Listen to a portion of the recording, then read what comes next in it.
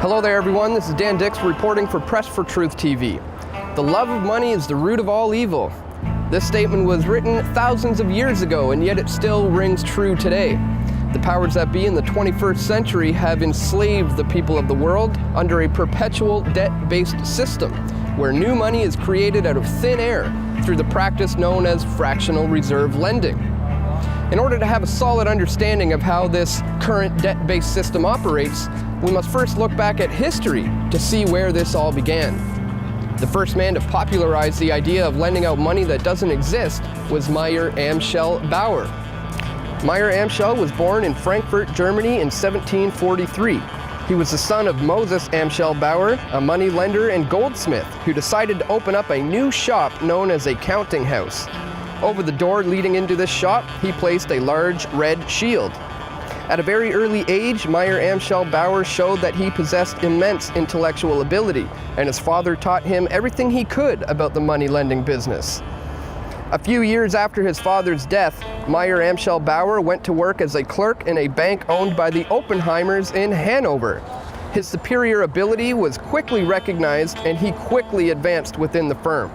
Shortly after his days at the bank in Hanover, he returned to Frankfurt, where he was able to purchase the business that his father had established in 1750. At the beginning of his empire, he decided to change his name. The sign on the front of his goldsmith's office, or bank, was a large red shield which was placed there by his father. And since this is where his legacy began, he decided to change his name to Rothschild, which is German for red shield. The beginning of the House of Rothschild dynasty took place in the 1760s when Meyer Amschel Rothschild renewed his acquaintance with General von Eastorf. Rothschild worked for General Eastorf while employed at the Oppenheimer Bank. When Rothschild discovered that the general, who was now attached to the court of Prince William of Hanu, was interested in rare coins, he took full advantage of the situation. By offering valuable coins at a discount price, he soon integrated himself with the general and other influential members of the court. One day, His Highness Prince William bought a handful of his rarest metals and coins. This was the first transaction between a Rothschild and a head of state. Meyer Amschel Rothschild became an agent for the prince, and when William was forced to flee Denmark, he left 600,000 pounds, then valued at around $3 million, with Rothschild for safekeeping. History shows that Rothschild embezzled the money from Prince William, and he used it to vastly expand his empire and to become the first international banker. In 1770, Rothschild married and had a large family consisting of 5 sons and 5 daughters. His sons were Amschel, Solomon, Nathan, Karl, and Jacob. Rothschild had trained all of his sons in the art of money lending, just like his father did with him. He had sent his son Nathan to England to take care of the family business in that country. With their huge accumulation of wealth, the family established branches of the House of Rothschild in Berlin, Vienna, Paris, and Naples.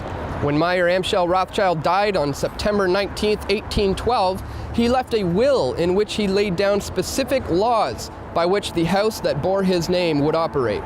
All key positions in the House of Rothschild were to be held by members of the family only, and not by hired hands. Only male members of the family were allowed to participate in the business. The eldest son of the eldest son was to be the head of the family, unless the majority of the rest of the family agreed otherwise. It was for this exceptional reason that Nathan, who was particularly brilliant, was appointed head of the House of Rothschild in 1812. The family was to intermarry with their first and second cousins in order to preserve the vast fortune. Amschel forbid his heirs most explicitly in any circumstance whatever to have any public inventory made by the courts or otherwise of my estate. Also, I forbid any legal action and any publication of the value of the inheritance. Anyone who disregards these provisions and takes any kind of action which conflicts with them will immediately be regarded as having disputed the will and shall therefore suffer the consequences of doing so. Needless to say, the House of Rothschild had established itself as an incredibly wealthy, powerful, and secretive family. They were ruthless in all business ventures, and they still are to this day driven by an all-consuming lust for wealth and power.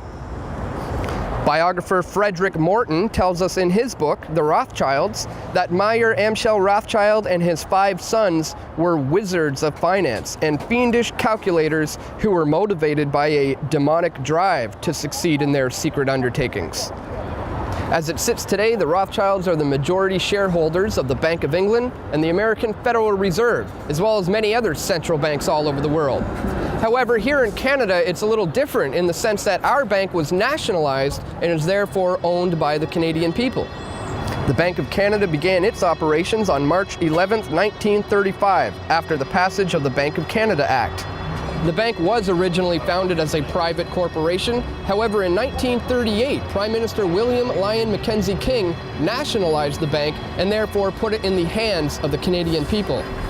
To give up this right to lend to ourselves is absurd, because what has happened? We've gone from an $18 billion deficit to up to a $588 billion deficit, of which about 95% of that is compound interest. And money, we're paying interest to who? Well, there's no person out there who has a Canadian flag, lives in Canada, who we pay $60 billion in interest, both federally, provincially, and at the municipal levels too. We're paying someone else interest on the money that we can print and produce ourselves and lend it to ourselves to fund our infrastructure, to fund our social programs, to fund our education for our university students who are also being put in a debt trap. But as you give up control of your currency, and William Lyon Mackenzie King said it most poignantly when he said this. He said, you know, the issuance of the credit and currency is the state's most precious resource.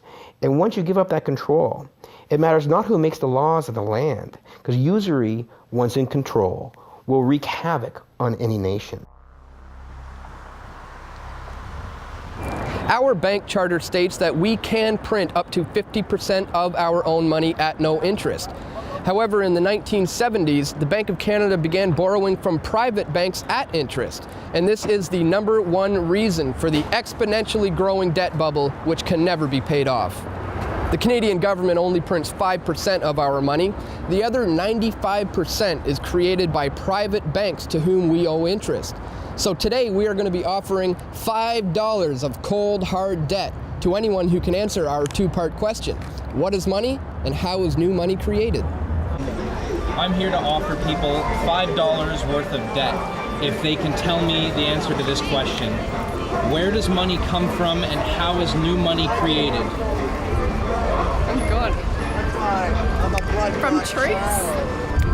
In a factory by machines. Come from trees.